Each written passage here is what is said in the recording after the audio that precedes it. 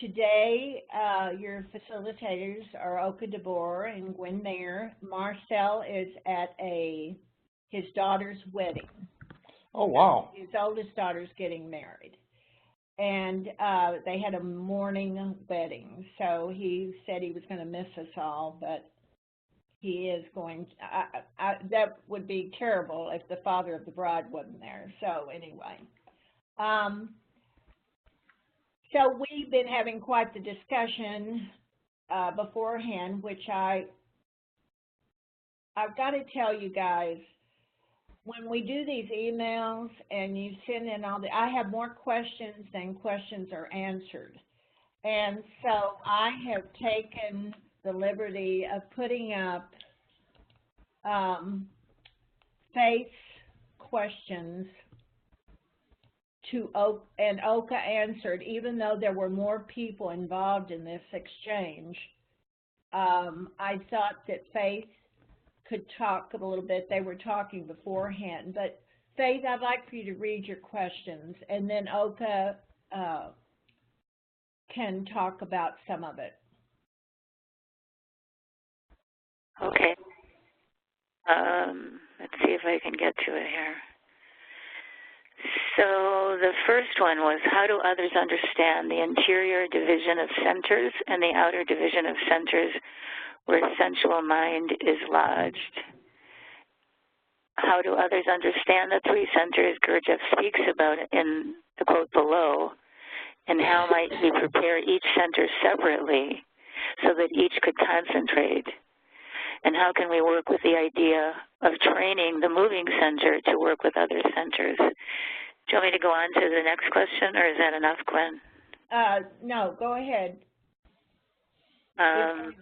Yes.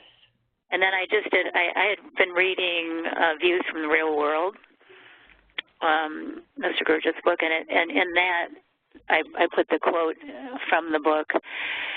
As I said, the essence of correct man's work is the working together of the three centers, moving, emotional, and thinking. But before starting to work with all of the centers and concentrating them on the work, it is necessary to prepare each center separately so that each could concentrate. It is necessary to train the moving center to work with others. And one must remember that each center consists of three. Yeah. Right off the bat, just that last statement. So is that your inner and outer centers, Oka? No, that's the cards. We talked about the cards about a couple of weeks ago, about the Jack of Diamonds and the cards. And I don't know if I think Charlene or something. Yeah, we sent it around. Yes. Yeah.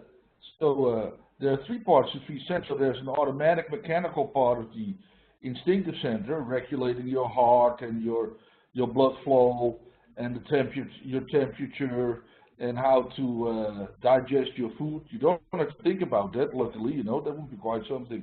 And then you have the emotional part of the instinctive center, for instance, and that is your interest in food and how it looks, and you look into the mirror or into the window of a shop, and you see all nice bakery stuff, you see.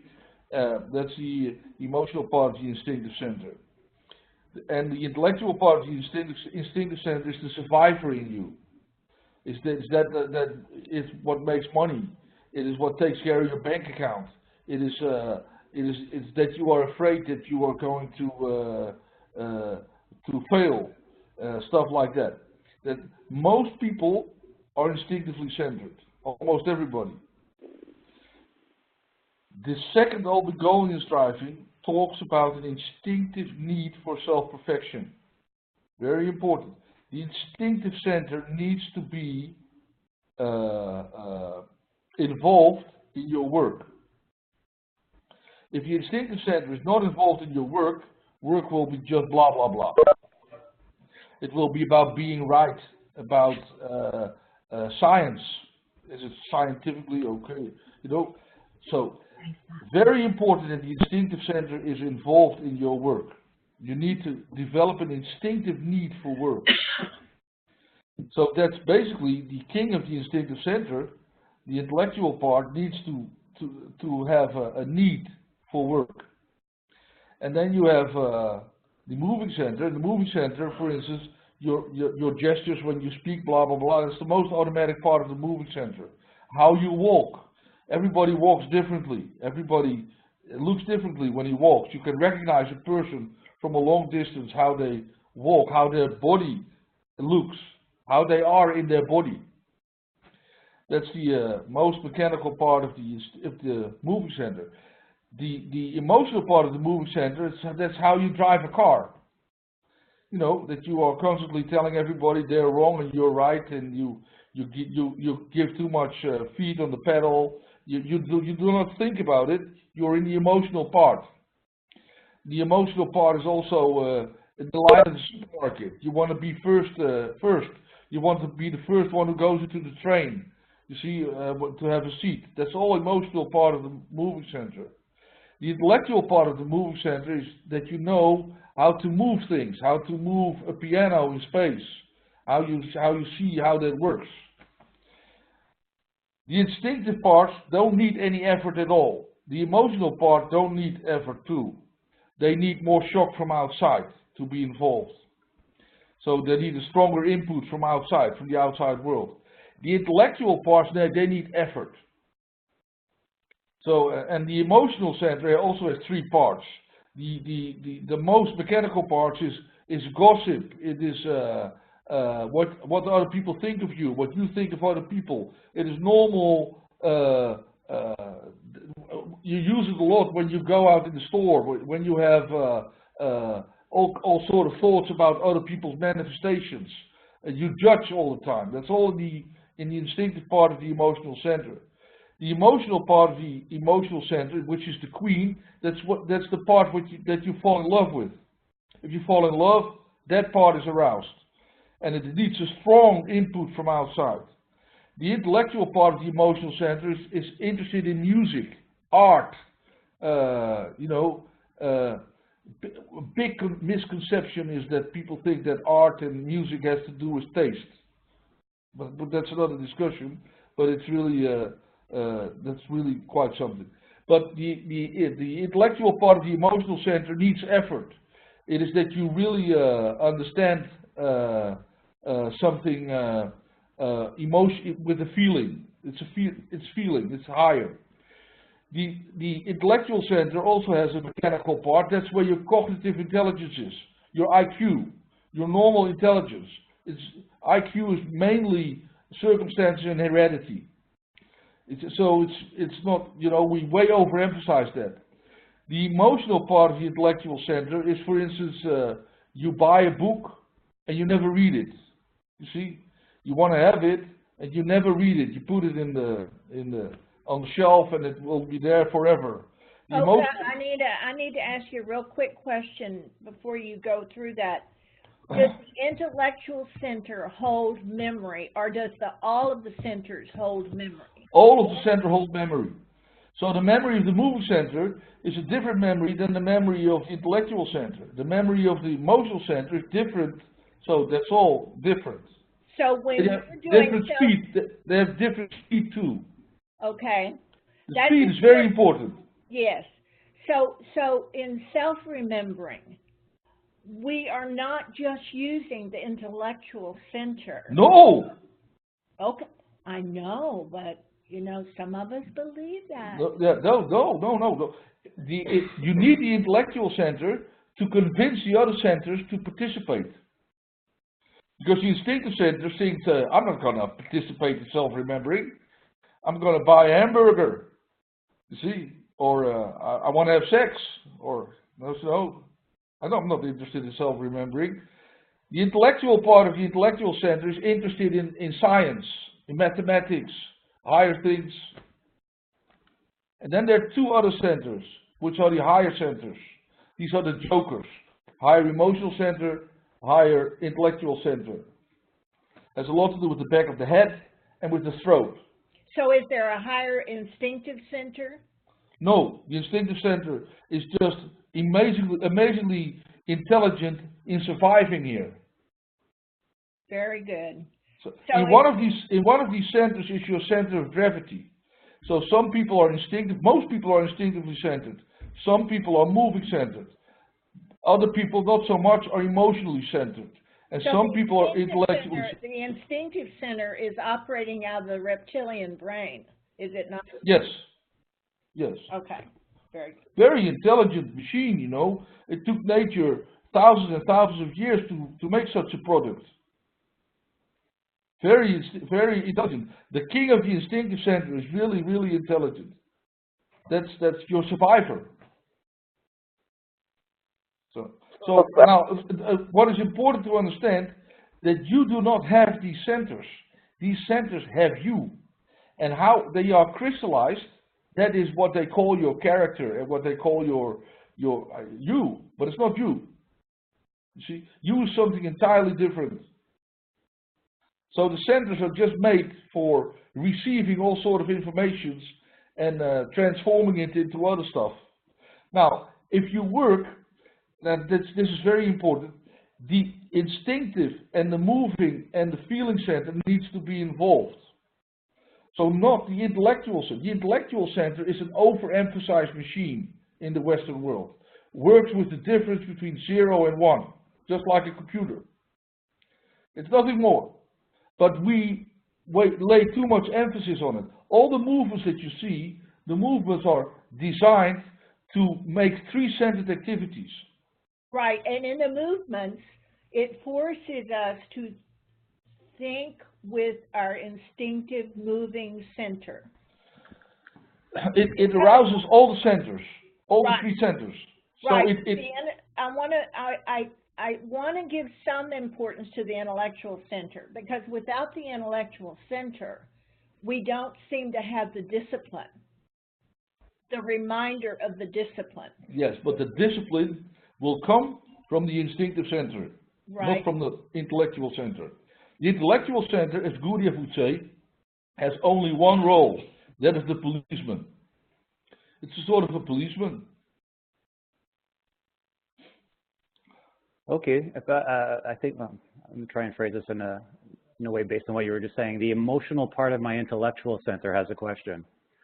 If the higher emotional and the higher intellectual centers have similar divisions of as the ones we just you just went through, are they also divided in three? No. That's a very good question, Peter. Really good question. No, the higher emotional center is one. The higher intellectual center is one. And but they have a higher voltage. So if I'm always in the mechanical parts of my centers, so if I'm always in the mechanical or in the emotional parts of my emotional center or instinctive center or moving center or intellectual center, the higher emotional center and the higher intellectual center cannot reach me.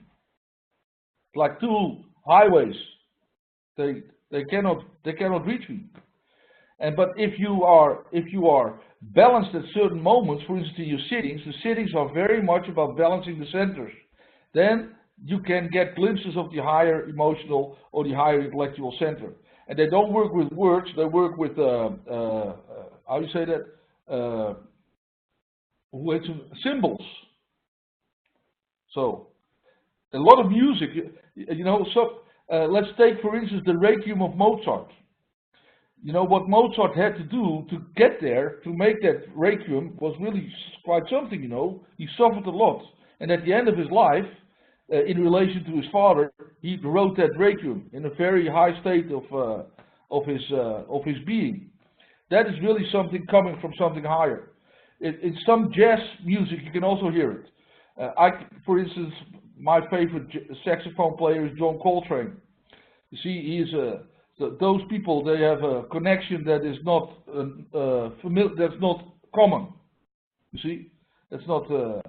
So the higher centers, they are. It's really important that the higher centers will finally have some connection with the lower centers, and that therefore we need to make effort. We need to understand how much time we spend in one part of what center. If I'm always in my moving center, you know, so for me, if I speak for myself, you know, then I'm always mechanical almost. Would you say that John Coltrane was conscious and balanced and centered, or was that heroin? No, I don't. Numbing things that allowed for intensity in something else. Yes. So those guys really have something, but it's not. It's there all the time. But that also counts for people who are really in this work. I mean, my machine is very moving centered. If I'm talking with people, I want to go. I want to go. Even now, if I observe myself, I want to go to the bathroom. That's my moving center. He always wants to go away. You see, that's a mechanical feature of my moving center. I'm not doing it, maybe in 15 minutes, but you know, then I really have to go. But it's really, that's how it works. And we all have tendencies in our centers that are doing that. If I'm, for instance, intellectually centered, I will always argue. I will always say, this is right, that is wrong. This is right, that is wrong. I will always make an argument. If I'm really instinctively centered, I will always think about, I need to make more money, or I need to do, you see. So that's how you make disparities, is also how, when you're bouncing off of certain things, you're making a disparity. Yeah. Yes, and the centers do that. That's how your machine works. Your machine is the boss, and you call that I. That's ordinary I. And it's a mix of essence and personality. But there's no real boss, and the real boss is really coming from above the head. So we have to slowly go there.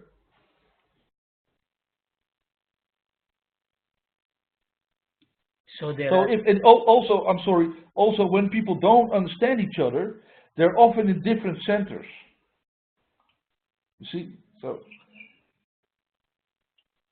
very interesting to observe. Well, and if I'm trying to understand, like I want to tell you, I did go to the bathroom for you. Okay. Okay. Okay.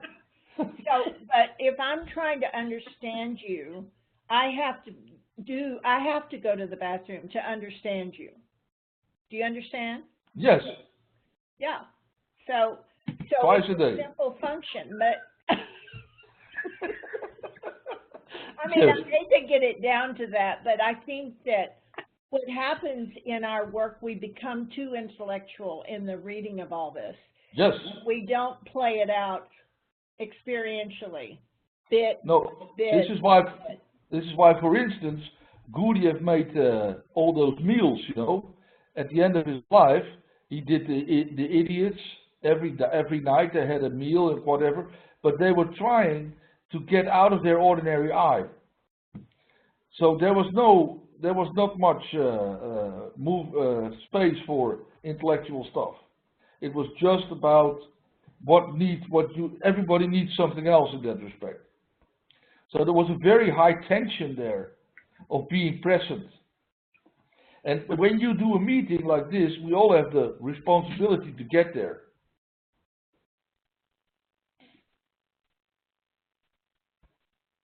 Oka, can you talk about the before we move away from the movements, in the arm movements that they were doing, and you know what's behind those movements? Yes, well, the arm movements that were, well, our teacher was in there. That was really interesting to see. One goes on 8 counts and one goes on 4 counts, and the movements always have 3 things to them. So there's a movement of, for instance, the legs. Now in this movement that was not so. There's a movement of the arms, which is different, and there's a movement of the head, which is different. So what that happens when you do that is that you get out of the ordinary state of the centers. The centers are completely, they have to be completely, they're forced to be present, or else you cannot do the movement. And then the movement is also that you work with people, because you all have to do the same thing on the same speed. Then a very special energy can manifest itself that is not manifested normally. This is what the movements do. So the movements, they are really quite important in the work. when Is you that work. also the equalization of vibration? Yes, every movement has its own law of equilibration of vibrations. For instance, if I talk about the movements, I always tell, I am raised Protestant, and I never understood praying. I thought praying was kind of a ridiculous thing, you know, and when I was young. But the first time I prayed in my life was in New Mexico, in America, when I did a movement intensive of 10 days, and we did number 11. Number 11 is a Lord have mercy prayer. It's a beautiful movement. Maybe you can find it on the internet.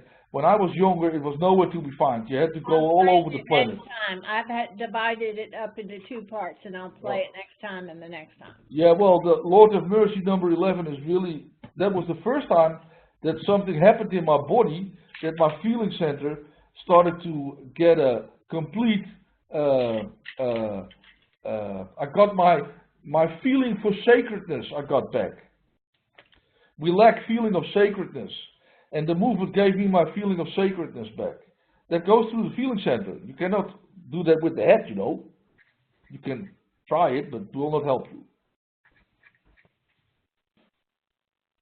So movements are very beautiful to do.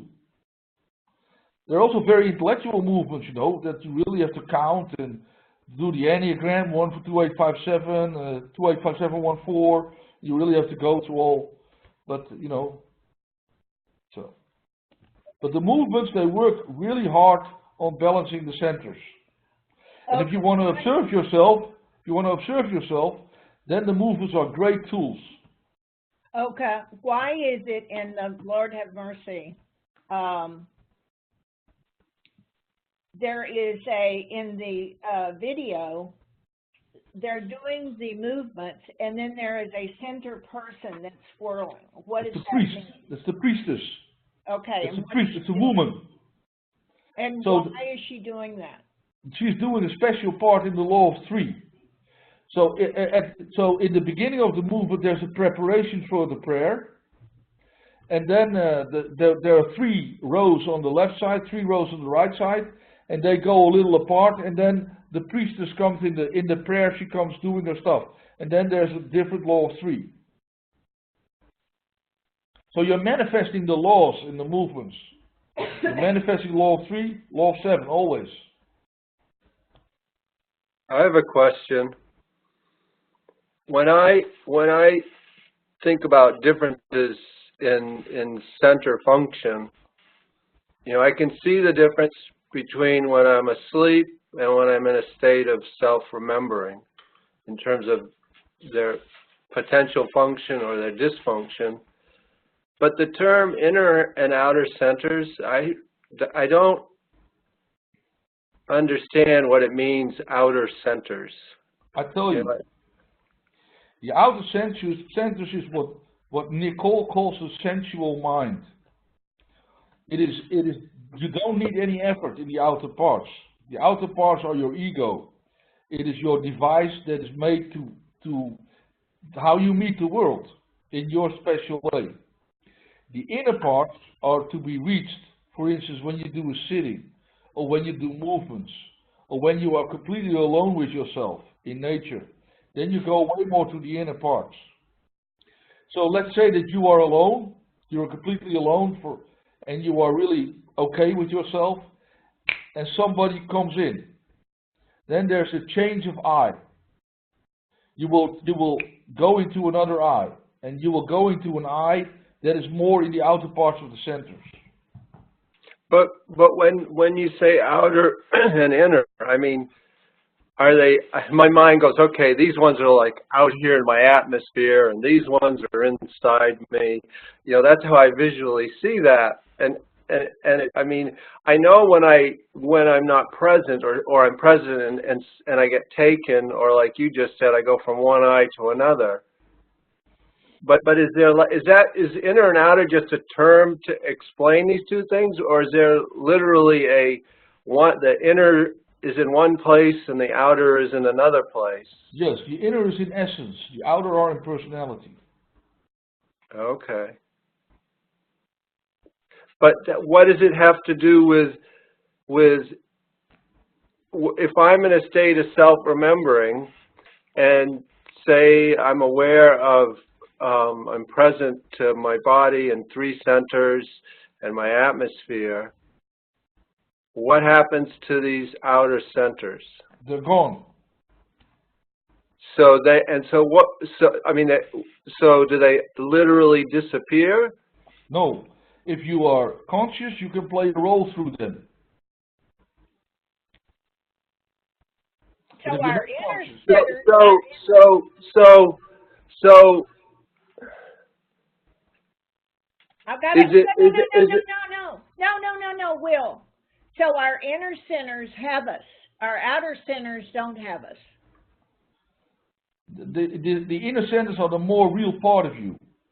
I know, but you talked about our centers have us. Yes. Right. But So the outer center does not have us. Yeah, no, the outer centers, they just you lose yourself in them. Okay. So the inner and outer centers have more to do with the fact that they're inner and outer centers, or more to do with my state of consciousness and how, from not self-remembering to self-remembering, Yes. how my relationship to the centers. Yes, and they have to do with the laws. So in the outer parts of the centers, there's more laws, and in the inner parts of the centers, you are victimized by less laws. So in the outer parts, you are under more laws, and in the inner parts, you're under less laws. In the outer parts, you are in world 48 or 96, and in the personality or false personality. In the inner parts, you are in world 12, or in world 24, essence. World 12 is real individuality.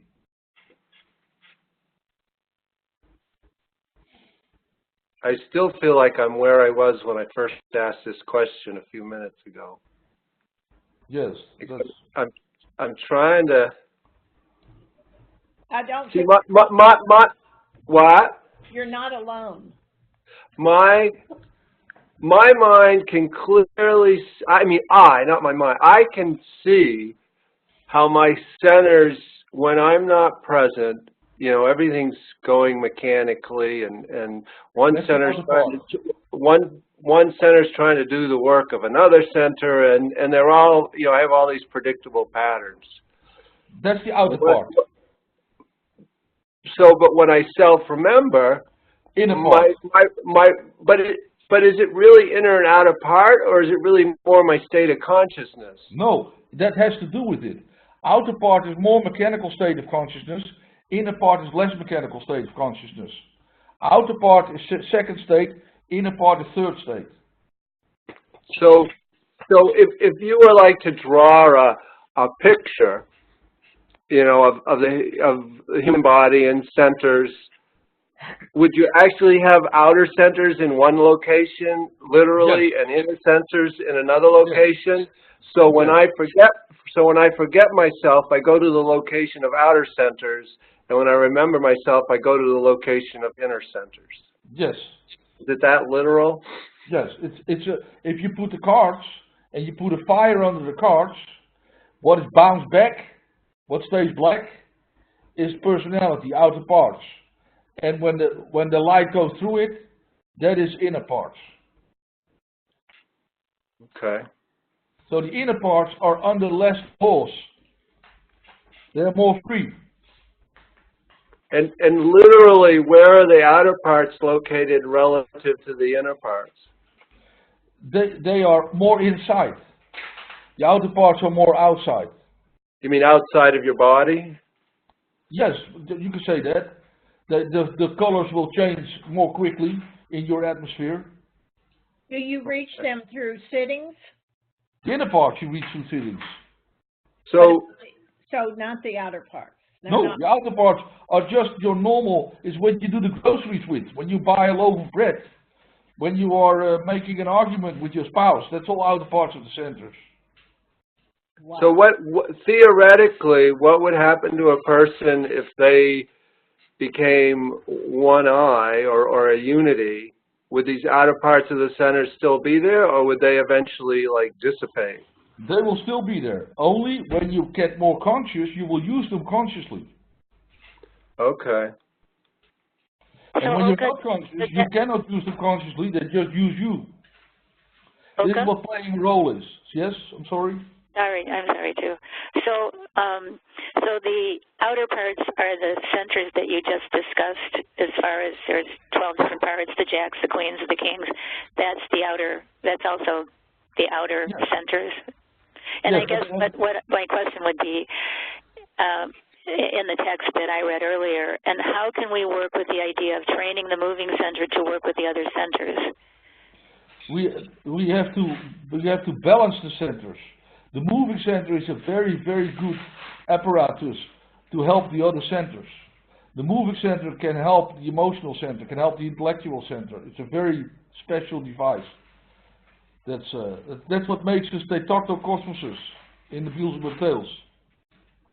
So and you also mentioned something, and as I've been thinking about this idea and trying to work with this idea and observing centers, one question is, do you think it's important for us to see, perhaps, understand what our center of gravity is?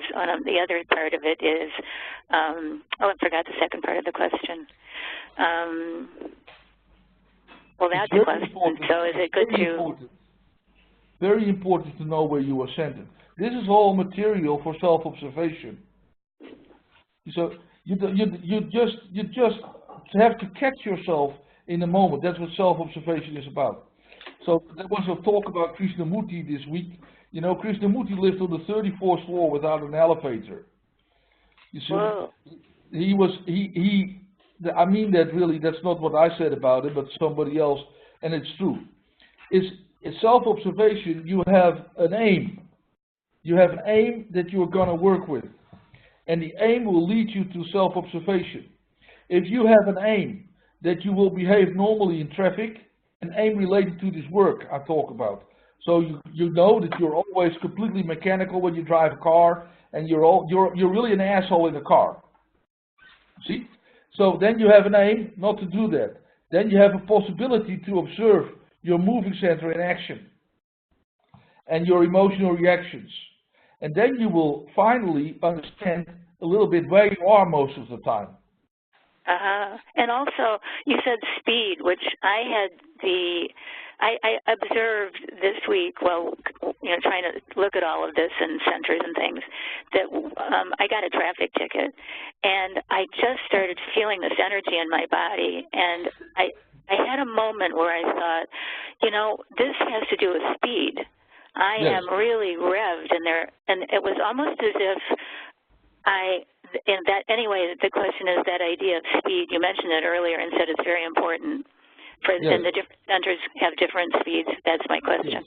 The feeling center is the fastest of all. But if it is polluted by negative emotions, it will lose speed. And you will less trust it. So you can die in the feeling center. The intellectual center is very slow. And the moving center is really fast. If you fall from your bike, the moving center knows exactly what to do. You see, if you are in danger, the moving center will know what to do. The instinctive center is also very fast, but it needs to be left alone because it is way more smart than you are. So our chance is that we have to work on the feeling center, because the feeling center is really a brain. It is a brain. It is a huge brain. So if we take the four centers, then the moving and the instinctive center is one brain, located in the spine. The feeling center is a brain located in the chest, and the intellectual center is in between your ears. Once, if the centers get balanced, especially the head and the spine, and the feeling center comes back into place, as it is well described in Arts Absurd in the tales, then we can get rid of a lot of negative pollution, a lot of, how you say that we learn from other people. Other people's stuff may flesh in you, that you... Conditioning? Conditioning. A lot of emotional conditioning, especially negativity, gossip, well, a lot of stuff. It's not bad or whatever, but it has to be, it puts you in the most outer part of the centers, under a lot of laws. Self-pity, being too serious, taking life very heavy. You see, that all has to go. Then the feeling center will clean up.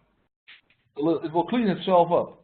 And once it is more clean, then there will be a second brain. And if the three centers are working together. And the second brain is, when it is not coated, it is completely mechanical too. But when it is organized, it will be very, very, very intelligent. And it will be real I for the three centers, for the three lower centers. Well explained by Madame de Salzman in Reality of Being. She's really telling you how to do it even. I have a great example of the speed of the moving center. I was with some friends in a rowboat in Central Park, and we were messing around, and I fell out of the boat. And because the water's so murky, I thought I was going to go down under the water, but in my mind I thought, okay, I'll just grab the edge of the rowboat, I'll pull myself up, and before I finished thinking the thought, I was back in the boat because the water was really shallow. Yes.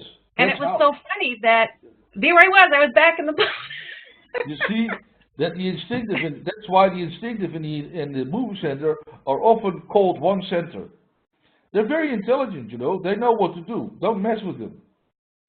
They know more than you. So when something like that happens, as a good example, you know what to do.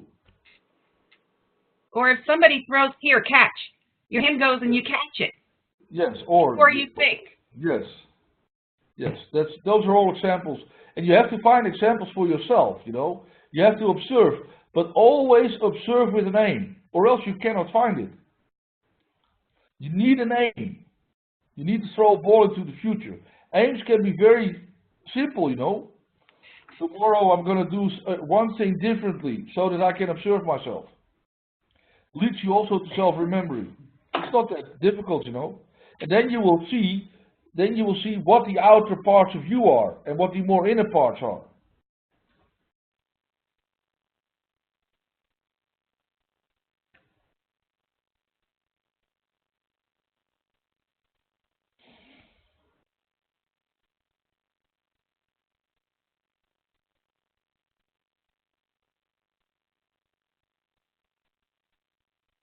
Okay, I have a question for you. You said that it took nature thousands and thousands of years to design this machine. I was reading Gurdjieff says evolution can only take place when there's consciousness. So getting to me, it sounds like you're talking about evolution when you say it takes nature thousands of years to create this machine, for example. Yes. So can you talk a little bit about that about evolution, I guess? Do you follow my question? Yes, but there's many things to say about that. Now let's think about higher forces. Higher forces, let's say that higher forces needed this planet and all the life on it. That they designed it. In their mind, it didn't take them a long time. For us, it is thousands and thousands of years. See, there's a word for it in the tales, but it's not in my head now, and I'm not going there. It's Ilno Soparno. It's called Ilno Soparno. It's in the beginning of the tales, and it's all the time that nature took to make a planet, life around it, people on or beings on it, and these beings have a purpose. You see? Now, I think there are many planets in the universe with three-brain beings, as it is also said in the tales. So higher forces that are above us, they design something like this for also their purposes. You see, they have to do that, doing their job. We have a tendency to ascribe human tendencies to higher forces. Higher forces are not human. If they are human, they're not higher forces. Higher forces are something completely different than us. But we can only understand so far with human, we think we make everything human. When we have a picture of God, we make him human. You know, and this is where a lot of problems come from. A lot of unnecessary differences and disparities. You see? So we say God once says that you should be punished or stoned to death because you were wrong. You see? That's all bullshit. That's really the outer parts of the centers and the outer parts of a religion. There's also an inner part of religion. The inner parts of the religions are all the same. If you read the tales, in the tales it's constantly emphasized that higher forces, they sent Hafet Finonis, they sent religions to earth to help us, to get rid of the consequences of the Organ Kunde buffer. So to get rid of a lot of, and to understand finally what we're sort of doing here. See, which is really a big question.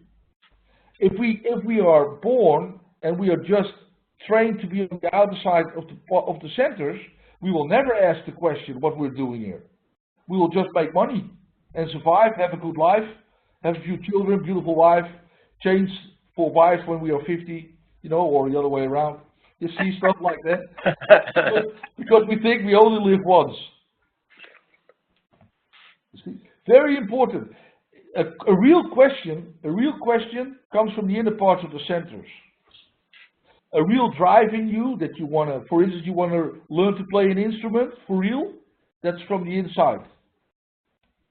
I told all three of my husbands I would meet them on the other side. Yes. They thought, oh boy. Yes. So, do we here on planet, just like in the law of seven, you have the sun absolute, and then you have the world of all suns, and that, you know, and then you have the descending order. So that are we on Earth? We must represent a place in a center, yes, in the cosmos, one of the centers. We fill a gap in the side octave of the sun. In the what of the sun? There's a side octave of our sun, and we fill a gap in that sun. Organic life on Earth, I talked about that in my radio interview. The organic film fills up a gap. Oh, a gap. So when you are an interval, when you are in the outer parts of the centers, you're doing that. You know, and when you are more in the inner parts, you work on your own evolution, psychologically, spiritually. Right. So then when you hear in, you know, so many religious books say, or, you know, spiritual books say, what man has a spiritual, God has a purpose. There's a divine purpose for man. But it seems to me it's up to the individual to, I mean, you can't say until that person claims that divine purpose, man does not have a divine purpose. Well, you're very right that it is really individual. So if you want to grow and if you want to finish something, you want to have an unflagging instinctive need for self-perfection, that is individual, yes. And I want to add, Charlene, that you have to hit that vibration. You know, it isn't a thought that drives you to the spiritual world. It's a vibrational hit that people find in the silence. It's behind the voice behind the silence. And it doesn't have a voice. So it's an instinctive connection to a higher vibration. And a lot of people ignore that. Yes. They think they make it very woo-woo. You see? There's memory, yes. There's somebody who was talking about memory. That is you, Gwen. Every center has a memory. But there's a mechanical memory and there's an inner memory. I talk about inner memory in higher being bodies. Inner memory is called kolchos. The inner memory is really, really deep inside of you. Deep inside of the subconscious. So the inner parts of the centers, they are your road to the subconscious. The outer parts of the centers, they are just second state of consciousness. No well, more. I believe too that we come in with that inner memory. And yes, that we are quickly conditioned out of yes, it. I completely agree with that. That's a very smart remark. If we make that connection back, I know in therapy that's what we're trying to do is get you to remember yes. the innocent child, that place of vibration. Yes, So many people try to intellectualize that memory when in fact it's a feeling. It's a connection that children have to essence. Yeah, Plato says that the truth is a form of remembering. That's really true. When we were really babies, we knew a lot.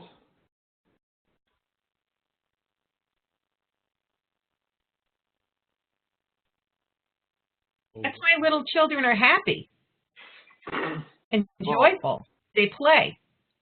Yeah, I think it's very important that you do that in your normal life too, you know. If you work, never work heavy. Work in a light way. If you work heavy, you will not be working in 10 years. The work will be gone. It will be too hard. You have to work in a light way. But you got to have a sense of humor, Oka. This work, you got to have a sense of humor, or you just get inundated by your own seriousness. Yes, you get fucked up completely. Yes. I didn't want to say that, but.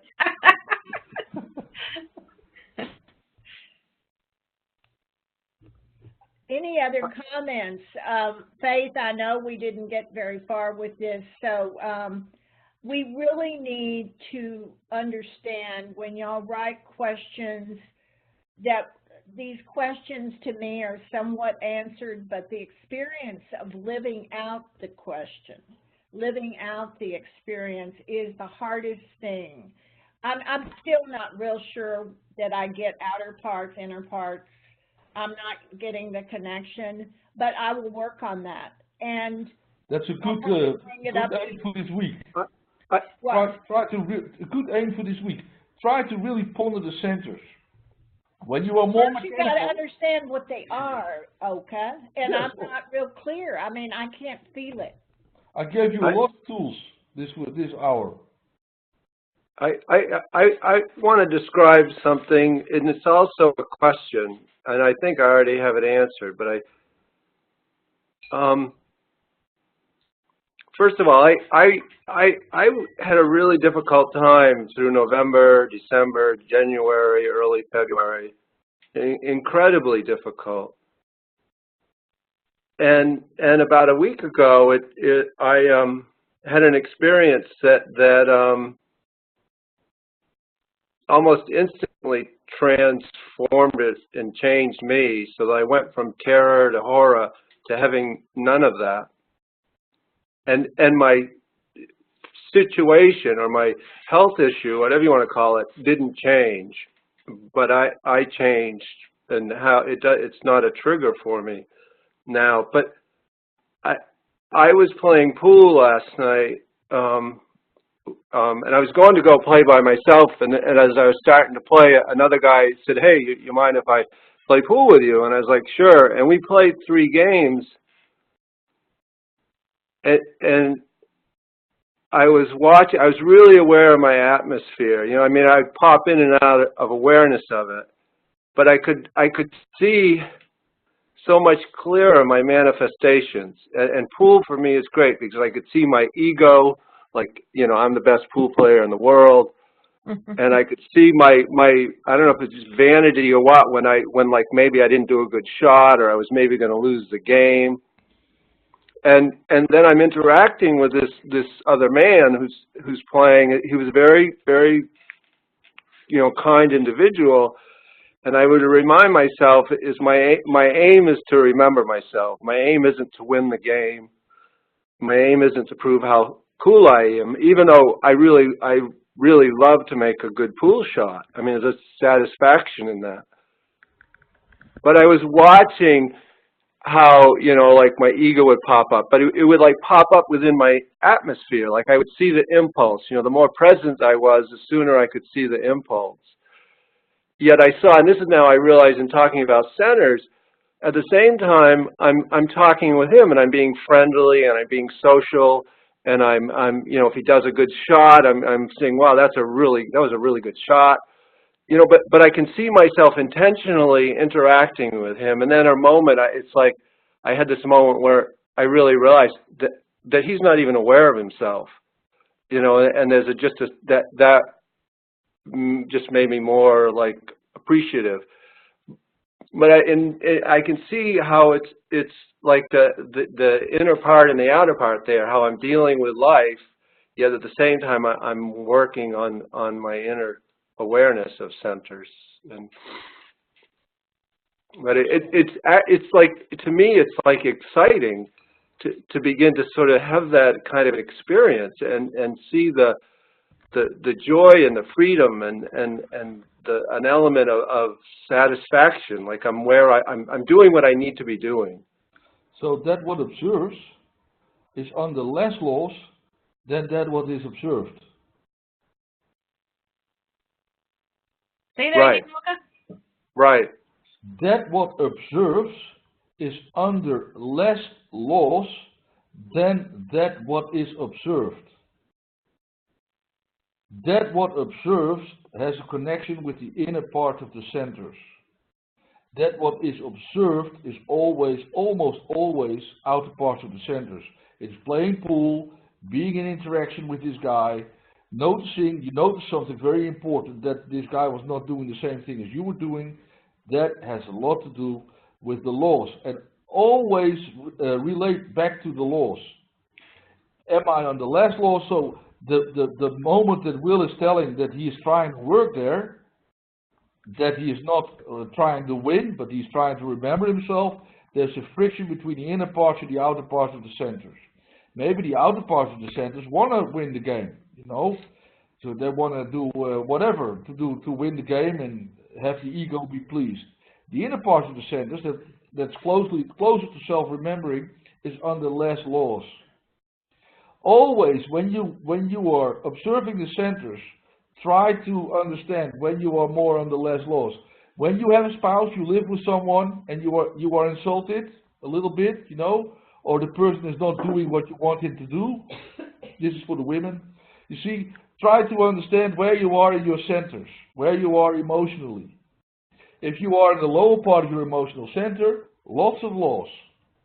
Lots of laws. You want people to recognize you. They should have taken you in account. How you say that in English? I don't know. You know, they should have recognized your problems non-verbally, whatever. You know, all outer parts of the centers.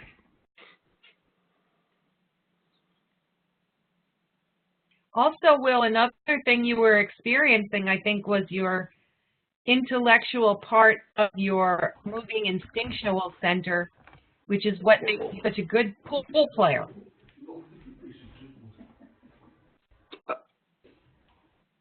That's a good point. That's an enjoyment right there.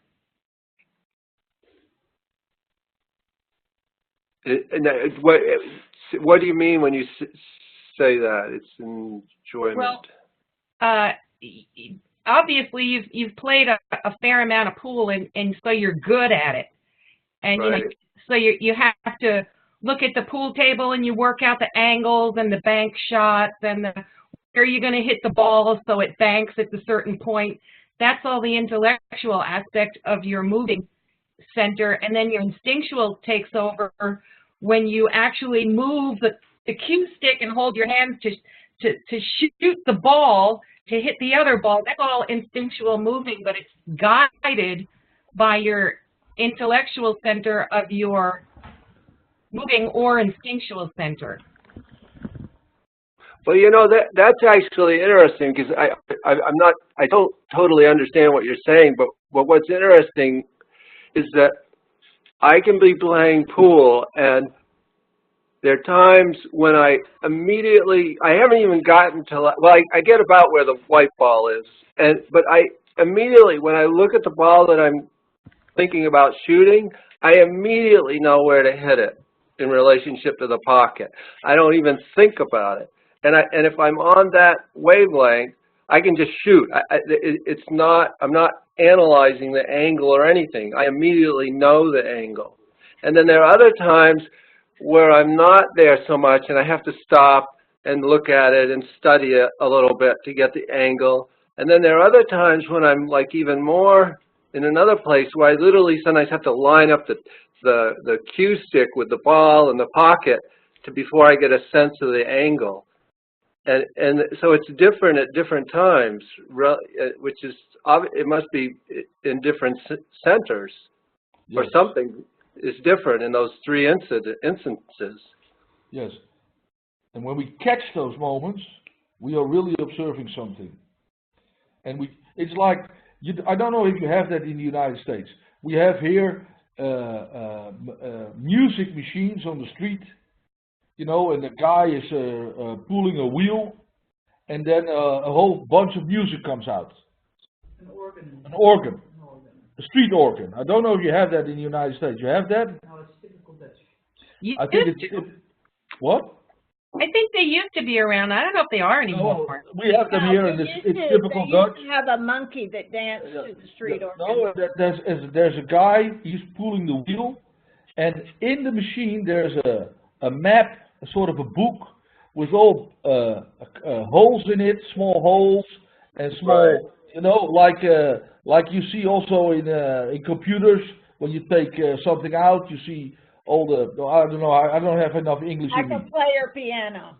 Yeah. Yes, but it's a device, you know. It's a map that goes in it with all holes in it and bubbles on it, and he pulls the wheel, and then the organ plays a melody. This is how the centers work.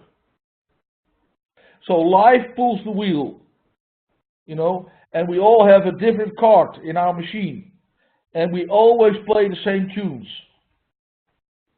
That's how it works. We all have a different melody in that respect. That's a nice example. I'm really proud of it.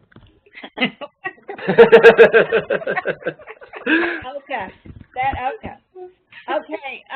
We've come to the end so far, and so what do you suggest, Oka, that we do this week, other than we're still throwing that stupid ball? Connected with the centers, okay. You know. Try for, you say, Monday, I will try to be more aware of my moving center. And how, you know, and how it always takes space. See how your emotional center always takes space. See how childish you are, how immature. Well, that's your judgment. That might be easy for you folks, but imagine I'm a baby and I have just come to know about these centers. Is there something simple, like throwing the ball kind of a thing, and in the process, maybe just kind of any exercises that Oka, you or any of your readings can suggest, say with my one of my centers, the instinctual or emotional or intellectual centers. Now, something small, either these three centers that you spoke of, or the three centers in each of these centers. In your instinctual center, maybe the instinctual or the instinctual emotional or the instinctual intellectual. Yeah, I understand that can be quite confusing. I mean, there are 9 centers in that sense. Yes. And then there are these other 2 higher centers, which are the higher intellectual and the higher emotional. Yes. Now, help me focus on 1 or 2 of any of these lower 9 centers, and pick maybe a couple of these and then help me. Yes. You have to read about it. Peter Soumalius was just emailing me about that it is in the first book of Morris Nichol, where he really talks about the centers. I was just going to mention that I didn't have everybody's email address handy, so I just sent it to Oka and to Gwen. They're just screenshots from volume 1. Whoever has that, they're pages in the 80s. And you know, up to the facilitators, if you want to sort of forward and share those with everybody. Yeah, I have that. And so what page? It's a good starting point. Okay, good. And it's also in Immense Possible Evolution by Uspensky. He talks about the centers and the division of centers. And the division gets, you know, even more so where there's positive and negative parts, and Yes, it goes on. Yes, but it's really what if you make it more practical, it's good to read, you know, just read the material, but just try to register. When you are, let's say that you will catch yourself gossiping this week. Where are you? You're in the mechanical part of your emotional center. Okay, so if you look on the screen, Vish, in the middle of, this is Gurdjieff talking, said, but before starting to work with all the centers, concentrating on them and work, it is necessary to prepare each center separately so that each could concentrate. It is necessary to train the moving center to work with the others. So to keep it simple, it is about, because I still take each of them separately, because sometimes I get so lost in my mechanics that I have to really remind myself where I'm being taken away. You know, somebody made a comment to me one time. They said, when you're like having a carriage with 4 horses that have gone wild. You know, and that made all the difference in the world to me. I mean, he was teasing me, but he was a Gurdjieffian, and it just reminded me that I may have 4 horses instead of 1 horse, and I've got to have a driver that knows how to handle that. Yes, well, that has a lot to do with the sexual center. Oh, well, good. I'll No. let you know that. No, because the sexual center is the motor for all the other centers. So, and when this is really, you know, I'm not saying that I'm saying that really true. The sex center is the highest energy that we have. So the machine works with energy from the sex center.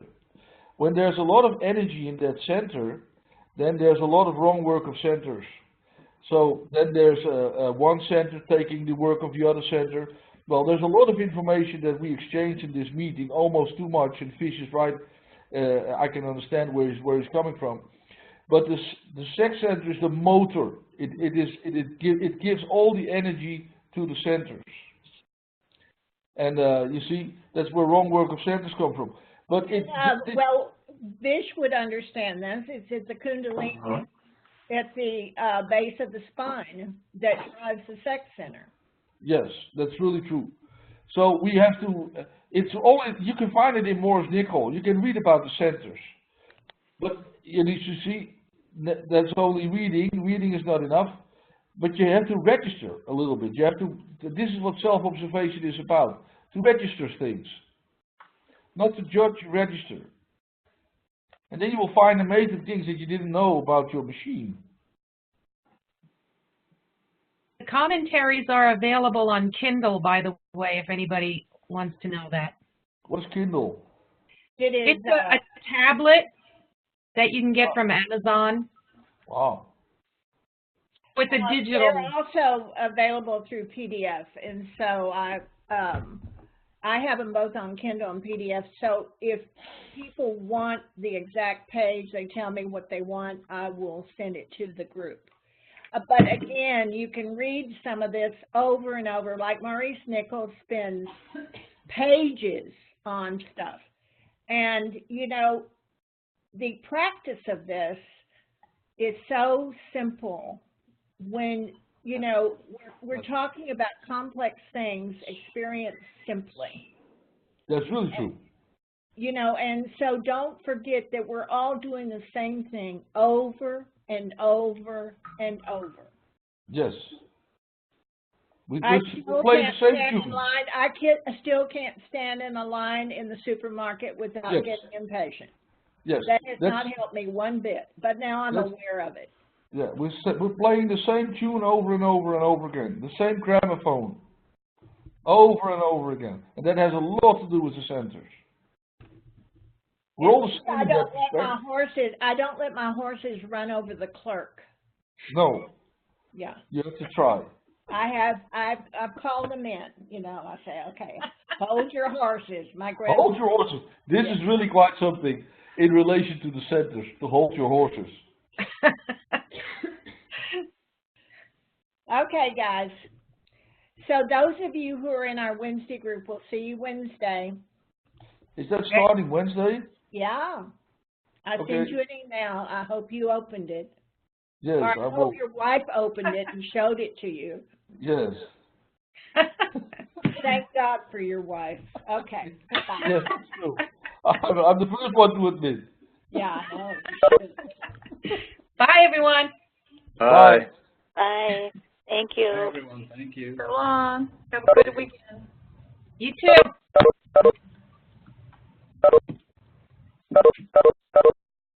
Vish, can you stay on for a minute? Sure.